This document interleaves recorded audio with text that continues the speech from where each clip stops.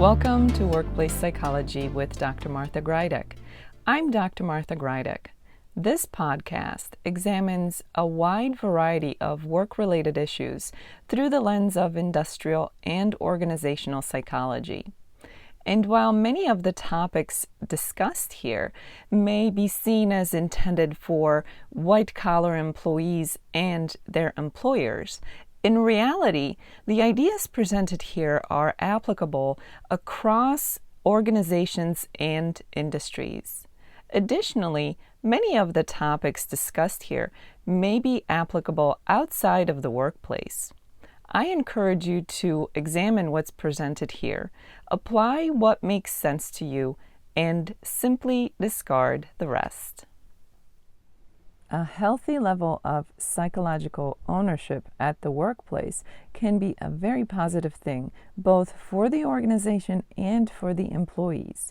It can drive productivity, motivation, innovation, and quality.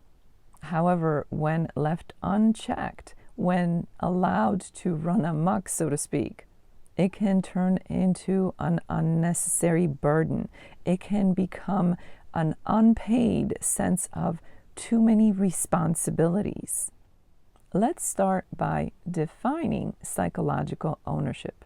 In general terms, this is a feeling that employees will have while at work and about being at work, about being part of the organization. It combines responsibility, pride, and initiative. And when put together and kept in check, kept in balance, these things can be very good to both the organization and for the employee as well. Having responsibilities that one enjoys, responsibilities that have meaning for the person, can add to the positive experience within the workplace. Taking pride in one's work, one's efforts, pride in being part of the organization, tends to lead to a happier workplace experience. Taking initiative because one is happy to be part of the organization and happy with the responsibilities that have been given to them. It all comes together. It can lead to better motivation, better productivity, and a general satisfaction about being at work and being part of the organization. How does psychological ownership form? How does it come to be? Psychological ownership is a combination of efforts on the part of both the organization and individual employees. The organization has the bigger role here. It has to allow for things such as autonomy, allow people to do their jobs without micromanaging them, but make sure that they have the tools and resources, the skills, whatever it is that they need to get the job done. This means allowing people certain freedoms, letting them make their decisions, and trusting that the decisions they are making are the best ones in terms of their tasks and their responsibilities. Psychological ownership requires competence, both on the part of the individual employee and on the part of the organization. Both parties have to be competent at what they're doing in order for psychological ownership to be able to exist and do so within healthy levels. It's important that the organization encourage their employees to have a voice, but it's just as important that employees exercise their voice. Again, this goes back to that collaboration between employee and employer. It's also important that organizations make it easy to understand, easy to see how the employees' efforts are contributing, how they are impacting the organization, its goals, but also other employees within that company. As I already mentioned, when psychological ownership is kept in check, it can be a positive contribution to the experience and the success of the employee and the organization. However, when allowed to go unchecked, it can cross into some dangerous territories.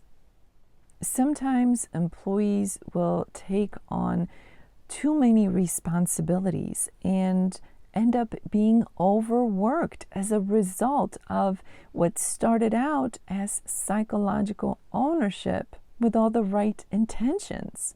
But there is such a thing as taking on too much, both in terms of tasks, responsibilities, and ownership. Blurring boundaries between work and non-work domains, between one's level of responsibility and the responsibilities of others within the companies, between things such as being reachable beyond normal business hours, all of those types of blurred boundaries can backfire when it comes to psychological ownership. When norms cross a certain line, whether that's on the part of the organization or on the part of the employee, psychological ownership can backfire. Another dangerous territory for psychological ownership is the idea of having to be always on, always reachable, and always available as a means of embracing that psychological ownership. Once again, this goes back to norms, expectations, and boundaries. And it takes the effort of both the employer and the employee to keep all of those in check, to keep them at healthy levels. Considering how beneficial psychological ownership can be, but also how easily it can slip into that area where it backfires, it's important to go into this journey of psychological ownership with a healthy, intentional ownership design.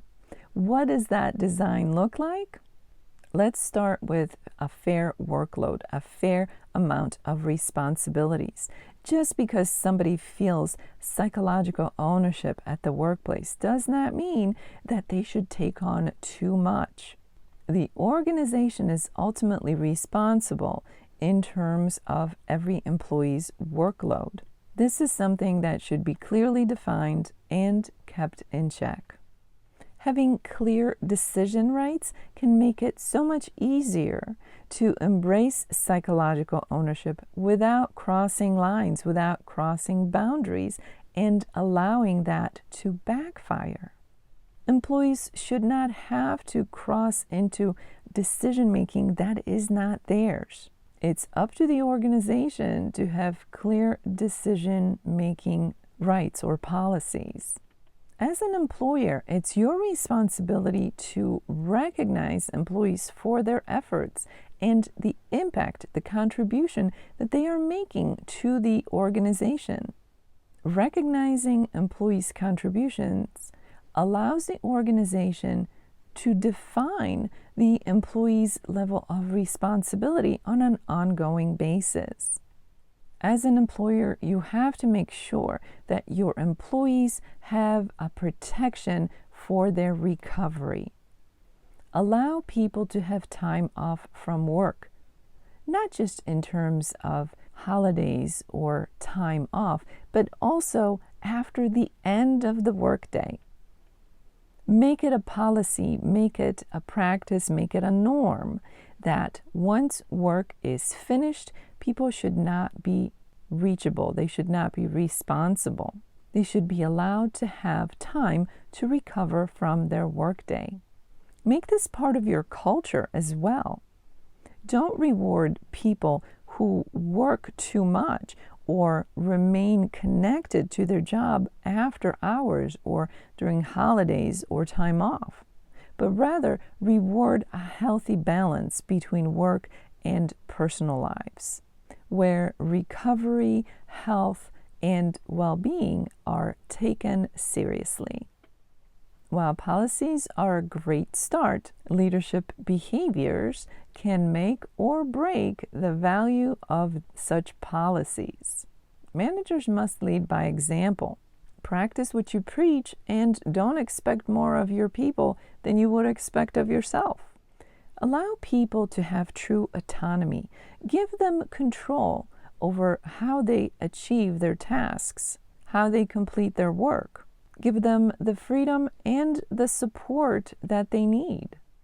Celebrate things such as accomplishments and learning opportunities rather than sacrifice and martyrdom.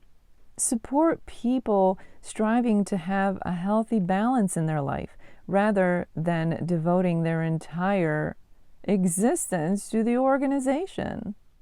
Implementing an ownership ladder within the company can be a great way of providing guardrails for psychological ownership at the workplace.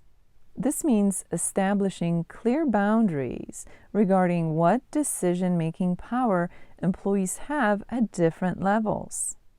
Making this clear and sticking to these rules can make it easier for everyone involved. It is lack of clarity and ambiguity that allows people to slip into those unknowns territories that can lead to overwork and too much responsibility.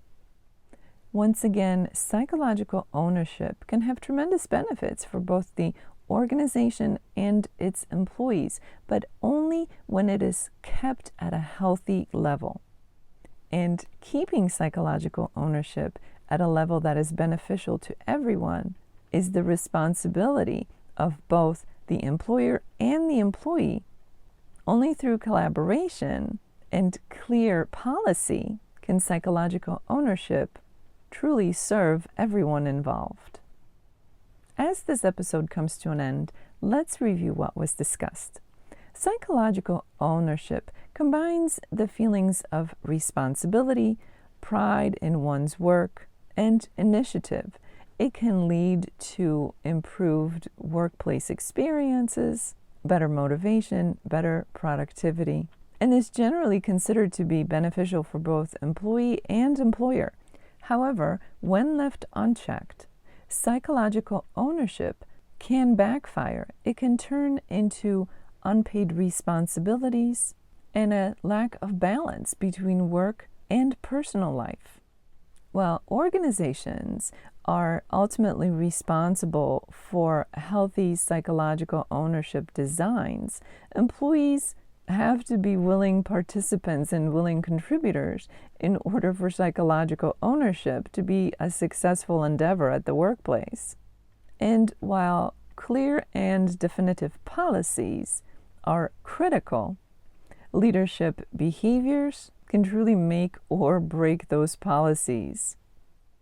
The bottom line is that clarity and well-defined levels of responsibility are critical for organizations' success, especially when psychological ownership comes into play. In order for everyone to benefit, both employee and employer must come together to support policies, behaviors, and even the company's culture in such a way that psychological ownership remains at healthy levels for everyone involved. As this week unfolds, I encourage you to consider psychological ownership as it may exist in your own experience. Is this something that you are able to identify with in your own daily workplace experience?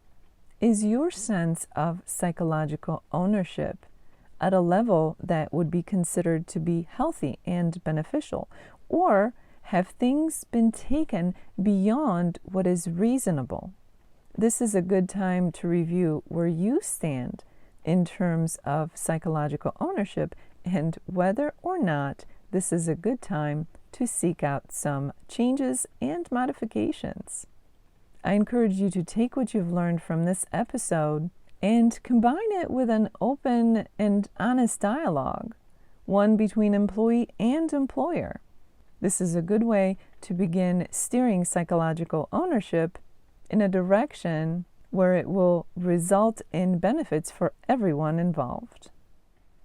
For those of you who experience this podcast in an audio-only version, I encourage you to check out my YouTube channel, Stress Free with Dr. G, where you can find the video version of the podcast.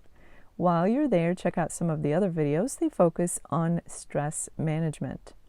Stress Free with Dr. G is available on YouTube, and the link for that is in the description below. Thank you for joining me today. Please subscribe to this podcast. I look forward to seeing you here again next time. Until then, I wish you joy and well-being.